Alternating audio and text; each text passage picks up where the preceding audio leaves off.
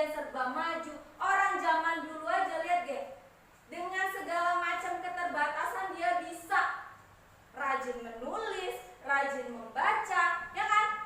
Masa kalian yang eranya sudah modern ini pada punya laptop, pada bukunya bertumpuk-tumpuk, punya pulpen, kalian masih males gitu. Artinya apa? Ibu pengen menyadarkan kalian yang males baca, yang males nulis, yang males ngetik, yang males belajar, ayo belajarlah sama orang zaman dulu. Orang zaman dulu segala macam keterbatasan aja tetap hebat, tetap bisa. Gitu loh, masa kalian? Gitu ya? Oke ya, semangat ya? Siap? Siap. Oke, nah di sini ya sembari gambar yang sama. Di sini ibu pengen nanya sih, ini kan ada tulisan namanya prasasti tertua. Nah, kira-kira kalau prasasti ini kan berarti kan zaman apa? Kerajaan. Ya kan kalau prasasti tertua. Nah, kira-kira ya yang identik dengan prasasti tertua kalian tahu nggak? Kira-kira di kerajaan mana? Sriwijaya kah? Di mana? Kutai. Ayo yang benar mana? Kutai atau Sriwijaya? Kira-kira coba dibuka di bukunya. Kalau nggak salah, ya ini ada di halaman 230 ya. Silakan dibuka bukunya. Kemudian boleh dibuka bahan ajarnya atau boleh googling. Kira-kira ini prasasti tertua adalah prasasti dari kerajaan mana? Majapahit. Yakin Majapahit tertua loh. Majapahit kan sudah agak kekinian ya. Nantinya Majapahit berganti menjadi kerajaan Islam yaitu kerajaan Demak. Ayo, kerajaan apa? Kutai. Kenapa? Karena ini adalah salah satu peninggalan prasasti tertua yang biasanya disebut dengan yupa. Ada ya di bahan ajarnya ya, boleh dibuka atau kalian boleh googling. Ini ada salah satu bentuk yupa. Yupa tuh ada banyak, tapi ini salah satunya ibu tampilkan di sini. Gitu ya. Nah, adapun hari ini ya ibu menggunakan teknik ataupun model pembelajaran inquiry. Ya, ibu berharap dalam pembelajaran ini kalian mampu menganalisis yang pertama, ada jenis-jenis peninggalan ya pada masa kerajaan Hindu-Buddha. Kemudian yang kedua, nanti kalian mampu menguraikan peninggalan di kerajaan Kutai. Kemudian yang ketiga, kalian mampu menafsirkan bentuk peninggalan kerajaan Tarumanegara.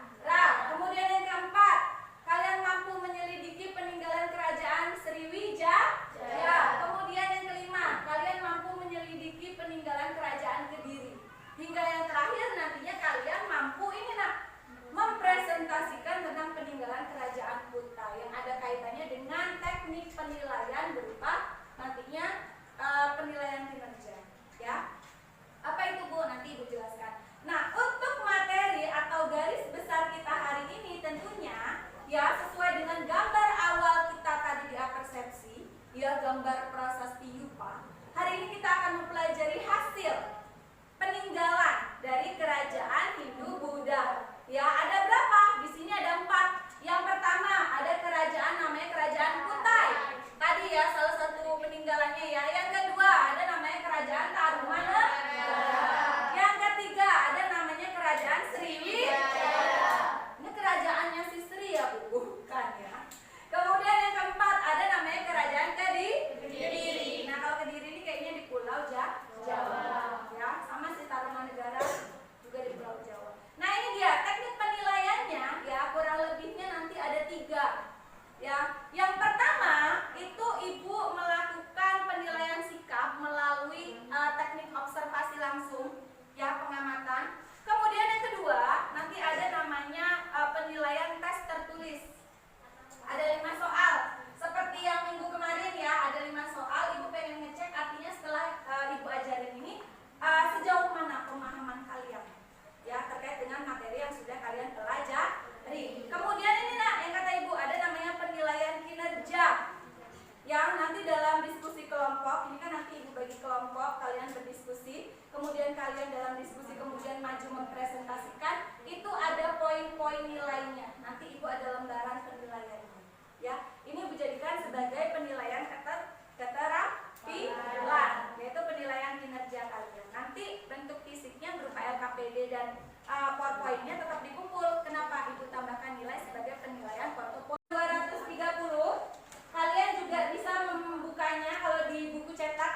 di ibu halaman 248. Ya, di situ ada jenis-jenis peninggalan. Silakan ibu berikan waktu 5 menit kalian untuk membacanya sebelum nantinya kita bahas lebih lanjut ya. Yang buka laptop boleh di googling juga nak ya. Tapi sebelumnya ibu pengen kalian tahu dulu, ternyata peninggalan itu tuh ada jenisnya. Jenis itu apa kira-kira? Jenis itu apa? Kalau di kelas ini ada berapa jenis makhluk hidup? Ada 2, ada banyak. Maksudnya gimana tuh? Ya, kalau makhluk hidup ada banyak. Misalkan cicak itu kan makhluk hidup juga. Ya, manusia, nyamuk, dia kan makhluk hidup. Coba ibu bagi dulu kelompok 1, kelompok 2, kelompok 3 ya? Kelompok 4. Nah, silakan diamati ya, di dalam lembar kerja itu kurang lebihnya itu nantinya yang akan kalian bahas bersama teman kelompok. Namun sebelumnya ya, di sini ibu ingin bagi kelompok, ada sekitar 4 kelompok. Ini sudah duduk bersama dengan rekan kelompoknya?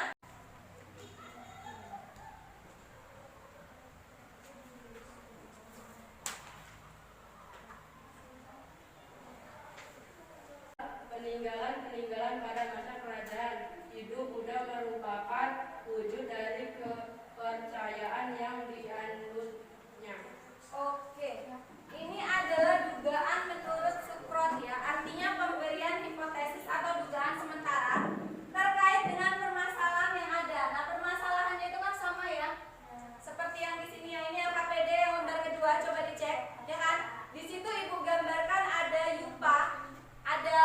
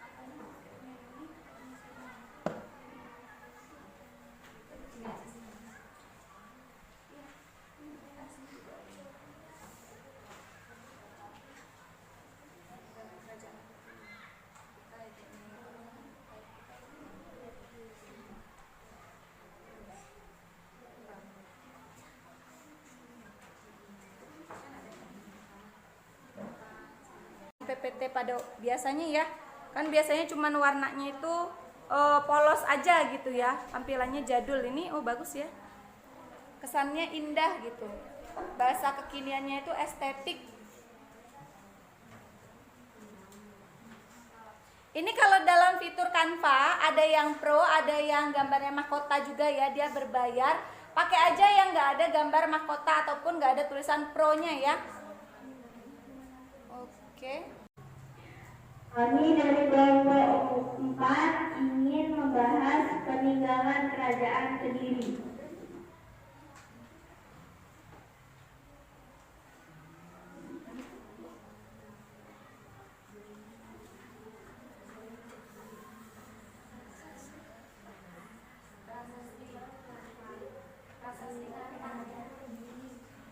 Peninggalan kerajaan Kediri, Prasasti Nandang ke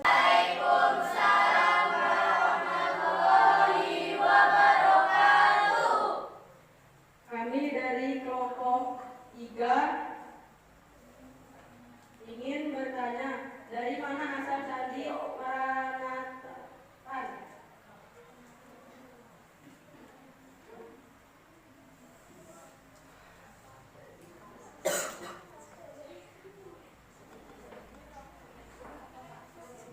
Keseluruhan yang sudah ibu lihat, yang sudah kalian tampilkan di depan, kurang lebihnya itu ada jenis peninggalannya itu ada banyak.